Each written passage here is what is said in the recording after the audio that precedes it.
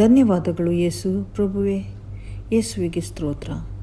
ದೇವರೇ, ನೀವು ನಮ್ಮ ಪವಿತ್ರ ವಾಕ್ಯದಲ್ಲಿ ಮಾರ್ಕನೇ ಅಧ್ಯಾಯ 11ನೇ ಅಧ್ಯಾಯ 23ನೇ ವಾಕ್ಯದಲ್ಲಿ ಬರೆದ ಪ್ರಕಾರ, ಯಾವನಾದರೂ ಈ ಬೆಟ್ಟಕ್ಕೆ ನೀನು ಕಿತ್ತುಕೊಂಡು ಹೋಗಿ ಸಮುದ್ರದಲ್ಲಿ ಬೀಳು ಎಂದು ಹೇಳಿ ತನ್ನ ಹೃದಯದಲ್ಲಿ ಸಂಶಯ ಪಡದೆ ತಾವು ಹೇಳಿದವುಗಳನ್ನು ಆಗುತ್ತವೆ ಎಂದು ನಂಬಿದರೆ ಅವನು ಹೇಳಿದಂತೆ ಆಗುವುದು.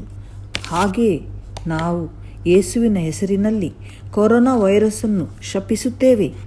ನಾವು ಈ ಜ್ವರವನ್ನು ಶಪಿಸುತ್ತೇವೆ. ನಾವು ಈ ಕೆಮ್ಮನ್ನು ಶಪಿಸುತ್ತೇವೆ. ನಾವು ಯೇಸುವಿನ ಹೆಸರಿನಲ್ಲಿ ಪ್ರತಿಯೊಂದು ದುಃಖವನ್ನು ಶಪಿಸುತ್ತೇವೆ. ಮತ್ತು ಅಂಜೂರದ ಮರವನ್ನು ಶಪಿಸಿದಂತೆಯೇ ಆ ಮರವು ಸತ್ತು ಹೋಯಿತು. ಅದೇ ರೀತಿಯಲ್ಲಿ ನಂಬಿಕೆಯಿಂದ ನಾವು ಯೇಸುವಿನ ಹೆಸರಿನಲ್ಲಿ ಈ ವೈರಸ್ಸನ್ನು ಶಪಿಸುತ್ತೇವೆ. ಸೈತಾನನ ಈ ಕೆಲಸವು ಇದೀಗ ಯೇಸುವಿನ ಹೆಸರಿನಲ್ಲಿ ನಾಶವಾಗಿದೆ ಮತ್ತು ಅದನ್ನು ಯೇಸುವಿನ ಹೆಸರಲ್ಲಿ ಈ ದೇಹದಿಂದ ಹೊರಹಾಕಿದೆ.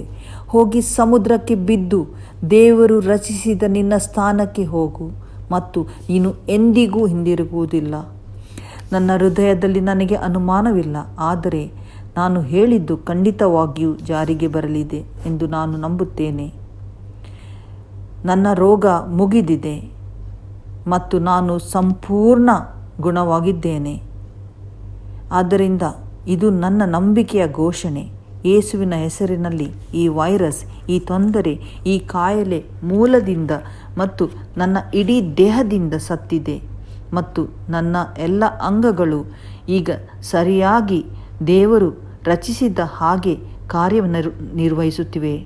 ಸಂಪೂರ್ಣವಾಗಿ ನಾವು ಯೇಸುವಿನ ಜೀವನದಿಂದ ಪುನರ್ಭರಿತ ಮಾಡಲ್ಪಟ್ಟಿದ್ದೇವೆ ಮತ್ತು ನಾವು ದೀರ್ಘ ಆರೋಗ್ಯಕರ ಅಭಿಷಕ್ತ ಆತ್ಮ ತುಂಬಿದ ಜೀವನವನ್ನು ಪಡೆಯುತ್ತೇವೆ.